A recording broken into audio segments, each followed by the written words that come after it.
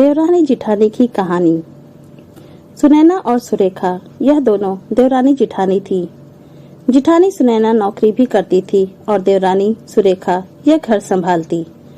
उनका परिवार बहुत बड़ा था, सास ससुर और उन दोनों के बच्चे, कुल मिलाकर 10 लोग घर में रहते। और अब बहुत साल बाद उनकी बुआ सास अपने भाई के घर रहने आई थी।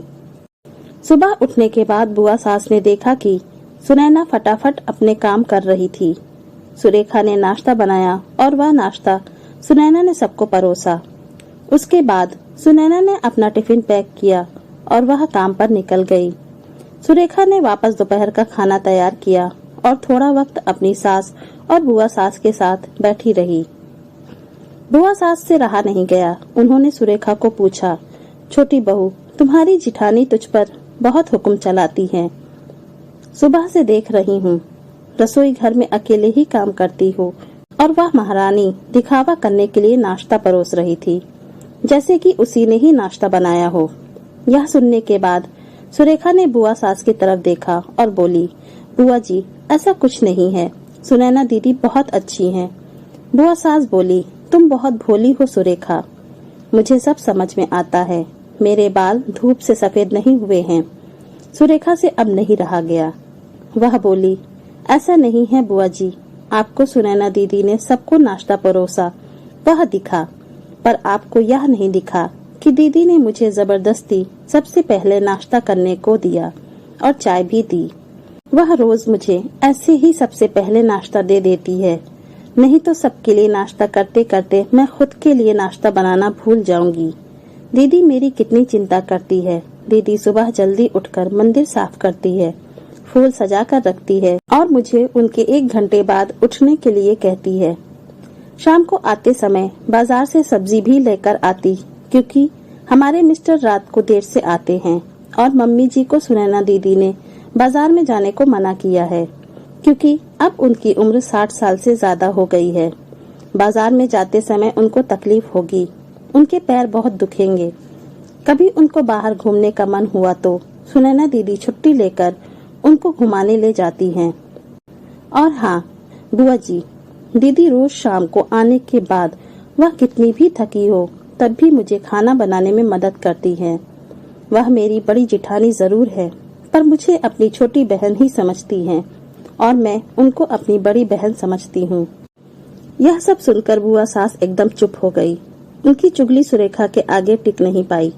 शाम को सुनैना सब्जी की थैली सुरेखा के पास देते हुए बोली, सब्जी के साथ तुम्हारे मनपसंद लेखक की किताब भी उसमें है। यह सुनकर सुरेखा खुश हो गई। सुनैना को थैंक यू बोलकर सब्जी की थैली किचन में रखकर वह अपने रूम में चली गई। उतने में बुआ ने सुनैना को आवाज दी, बड़ी बहू, जरा यहाँ आना। वह बोली, सुनैना, तू इतनी मेहनत करके पैसे कमाती है और ऐसे फालतू में किताब खरीदी करके मुफ्त का खर्चा करती हो, वह भी अपनी छोटी देवरानी के लिए। वह ऐसे भी घर में बैठकर करती क्या है? तुम दिन भर मेहनत करती हो और वह घर में आराम करती है। इस पर सुनैना हंसकर बोली, क्या बुआ जी, आराम? और सुरेखा, उसे तो कहने पर भी वह आराम करती नहीं। सुबह उठकर बेचारी काम करती रहती है।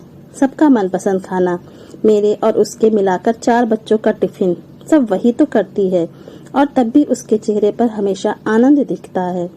सुबह की चाय पीने के लिए उसके पास वक्त नहीं रहता। दोपहर को जब बच्चे घर आते हैं तो उनका खाना, होमवर्क सब वही देखती है। इसलिए मुझे बच्चों का टेंशन नहीं है और इसलिए ही मैं ऑफिस में मन लगाकर काम कर पाती हूँ। कुछ दिन पहले ही मुझे प्रमोशन मिला है। इसके अलावा मम्मी जी और पापा जी की दवाइयाँ कभी खत्म हो गई और कभी लाने की हो तो वही ध्यान में रखती है। घर में कोई मेहमान आए तो उनकी मेहमान नवाजी भी वो ही करती है। बुआ जी, घर और बच्चे संभालना छोटी बात नहीं है। इतना सब सुनकर बुआ जी उनकी तो बोलती ही बंद हो गई। सुनैना कभी कोई शिकायत नहीं करती है, वह सब काम कर लेती है। वह सिर्फ पढ़ना पसंद करती है। फिर मैं मेरी छोटी बहन के लिए इतना नहीं कर सकती। मैं नहीं करूँगी तो फिर कौन करेगा? इतना बोलकर सुनैना अपने रूम में चली गई। यह सब बोलना सुनैना की सास पीछे खड़े होकर सुन रही थी।